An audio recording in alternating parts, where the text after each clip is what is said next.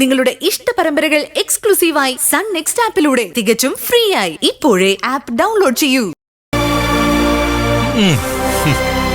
നിന്നെ കേസ് ഏൽപ്പിച്ചപ്പോഴേ എനിക്കറിയായിരുന്നു ഇത് ഇങ്ങനെയൊക്കെ തന്നെ ആവുന്നു. വെറുതെ എന്റെ പള്ളിക്കെല്ലാം വെക്കാൻ നോക്കല്ലേ. നീ കേസ് ഏക്കാൻ പോകുന്ന കാര്യം എന്നോട് പറഞ്ഞോ? എല്ലാം തീരുമാനിച്ചു കഴിഞ്ഞിട്ടല്ലേ എന്നെ അറിയിച്ചത്? നിന്നോട് പറഞ്ഞാൽ നീ സമ്മതിക്കില്ലെന്ന് എനിക്ക് നന്നായിട്ട് അറിയാം. ഇപ്പോ എനിക്ക് വേണ്ടി നിനക്കൊന്നും ചെയ്യാൻ പറ്റില്ല, അതല്ലേ അവസ്ഥ. ഞാൻ വേറെ വക്കീലിനെ കൊണ്ട് കാര്യം നടക്കുമെന്ന് നോക്കട്ടെ.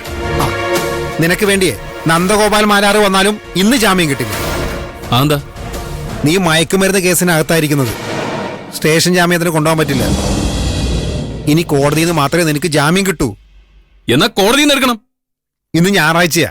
കോടതി നിന്റെ ഗോപാൽജി ഒന്ന് ഉറക്കോ? നിനക്ക് സമാധാനമായോ? അതെ, ഇങ്ങനെ ഓരോന്ന് ഒപ്പിക്കുമ്പോ എന്നോടൊന്ന് ചോദിക്കുകയെങ്കിലും ചെയ്തൂടെ?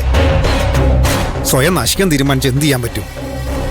അപ്പോ ഇന്ന് ഞാൻ സെല്ലി കിടക്കേണ്ടി വരും.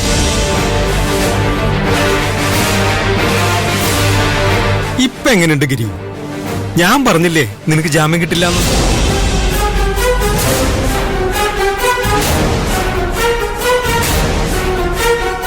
ഇതൊക്കെ അറിഞ്ഞുകൊണ്ടാ ഞാൻ നിന്നോട് ഒരു 100 തവണ ചോദിച്ചത് കുറ്റം ഏറ്റെടുക്കണമെന്ന്.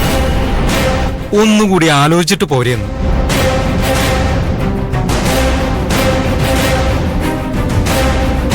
അപ്പൊ നിനക്ക് ഗോപാൽജിയോടുള്ള കൂറ് കാണിക്കാനുള്ള ആവേശമായിരുന്നല്ലോ.